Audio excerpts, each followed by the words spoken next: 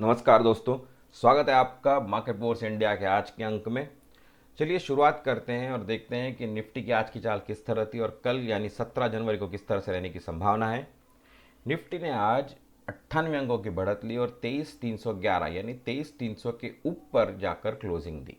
Nifty bank ने सवा पाँच सौ अंकों की बढ़त ली और 49,278 पे क्लोजिंग दी, यानी 49,000 के ऊपर की क्लोजिंग दी। दोनों ही फिगर्स 49,000 के ऊपर और 23,300 के ऊपर की क्लोजिंग निफ्टी की अपने आप में एक बहुत महत्व रखते हैं।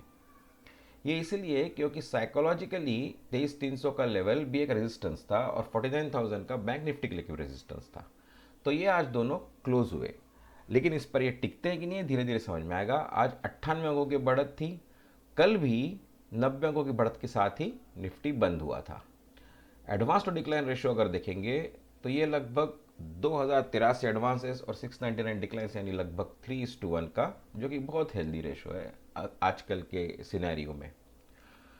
टॉप 5 गेनर्स और टॉप 5 लूजर्स में HDFC life, BEL, SBI life, Shriram finance, Adani ports top 5 gainers, यानी अलग अलग सेक्टर से निकल कर आए हैं। और वैसे ही टॉप 5 लूजर्स में Trent, doctor Reddy, HCL tech, Tata consumers और इन्फी, यानी FMCG भी है, इसमें फार्मा भी है, इसमें IT भी है। HCL टेक के परसों के नतीजे अच्छे नहीं आए थे, इसलिए HCL टेक की जो गिरावट जारी है उसके चलते इन्फी में बिकवाली आई, क्योंकि इन्फी का आज रिजल्ट अनाउंस होना था। तो हम जरा इन्फी के रिजल्ट्स की तरफ चल के देखते हैं। इन्फी में profit rises by 11.46% year on year to ₹6,806 और revenue up by 7.58%। At FY25 revenue guidance revised, इन्होंने अपना 11%, इन्होंने जो रेवेन्यू गाइडेंस है उसको 11% रिवाइज किया है इनके CEO ने। बेसिकली रिजल्ट्स मेरी नज़र में अच्छे ही थे। इन पर मार्केट कैसे रिएक्ट करेगा ये हमको आज रात को समझ में आ जाएगा, क्योंकि आज रात को US मार्केट में नैस्डैक पर जो लिस्ट हुआ है इन्फी, उसके ADRs किस तरीके से काम करेंगे, इस पर किस तरह से ट्रेड करेंगे, उससे ये अंदाज मिल जाएगा कि कल हमारे मार्केट में इन्फोसिस को किस तरीके से ट्रीट किया जाएगा। हम देखते हैं किसने कितनी बिकवाली की और किसने कितनी खरीदारी।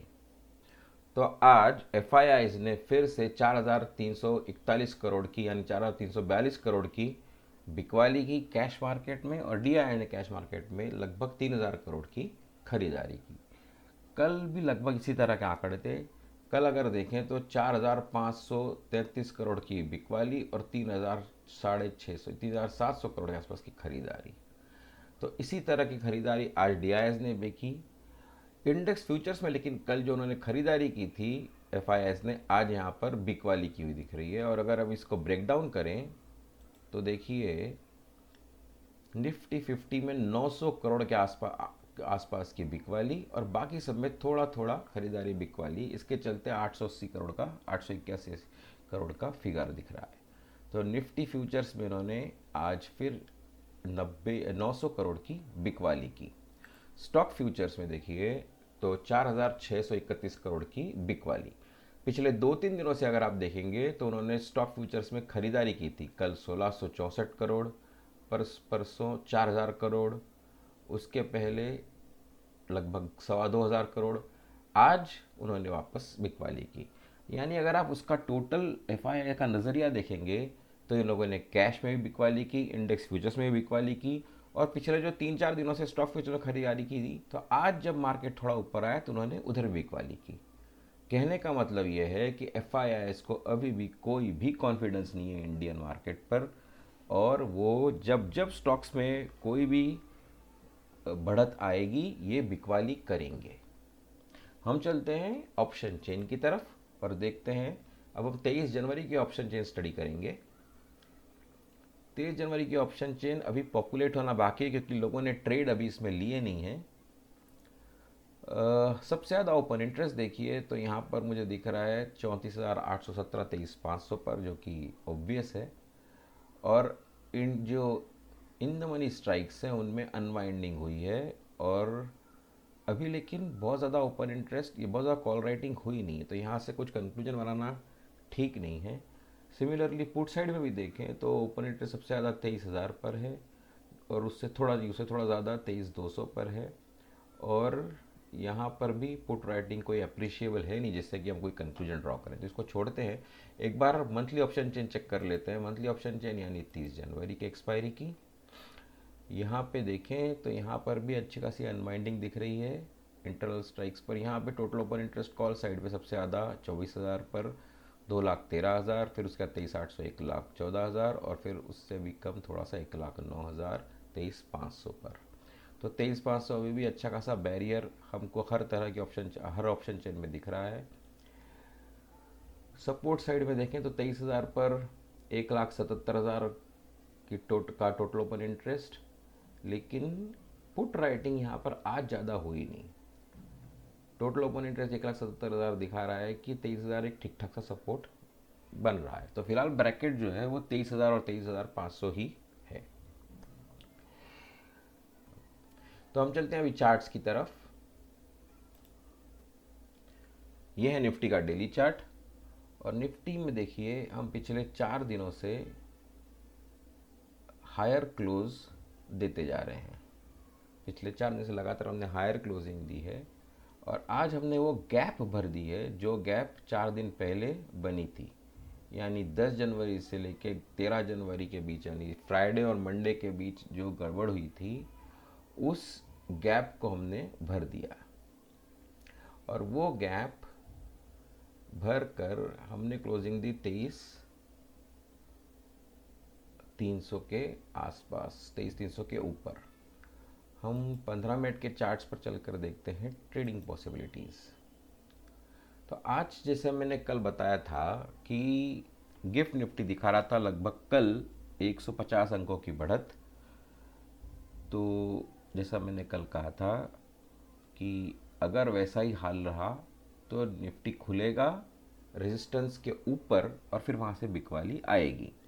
ठीक वैसे ही हुआ। निफ्टी खुला 350 के ऊपर, और वहाँ से खुलते ही जो बिकवाली आई उसके बाद निफ्टी चढ़ा नहीं। निफ्टी धीरे धीरे नीचे आते आते 23,271 पर आया, और फिर वहाँ से हल्के फुल्की कोशिश की उसने ऊपर जाने की, और अपनी पुरानी क्लोजिंग से 98 पॉइंट्स ऊपर जाकर क्लोजिंग दे दी। लेकिन जो इनिशियल ओपनिंग थी, जो इनिशियल ओपनिंग प्राइस थी, वहाँ तक कभी पहुँच नहीं पाया, जो कि थी 23,391। तो कल परसों ये कोशिश कर सकता है। तो हम देख लेते हैं कि यूएस मार्केट्स में अभी क्या स्थिति है।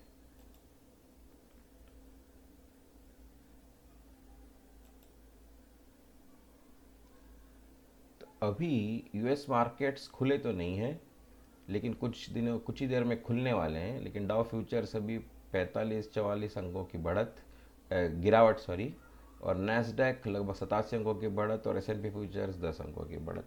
कोई खास यहाँ से सिग्नल दिख नहीं रहा है। गिफ्ट निफ्टी और एसजीएक्स निफ्टी देखें तो लगभग 35 अंकों की बढ़त और 44 अंकों की बढ़त, 23,423। ये फिगर्स कभी भी ऊपर ही जा सकती है। यहाँ से कोई खास संकेत अभी तो नहीं दिख रहा है कम से कम। ठीक है, तो दोस्तों हम चलते हैं वापस चार्ट्स की तरफ।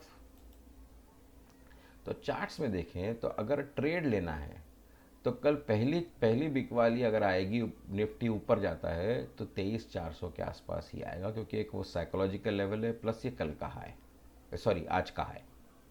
लेकिन अगर 23,400 को क्रॉस कर दिया निफ्टी ने, तो अगला जो निफ्टी का रेजिस्टेंस है वो है 23,485, जो कि चार्ट्स पर हमको दिख रहा है अभी। और 23,485 से 23,500 तो पहला ही लेवल आएगा।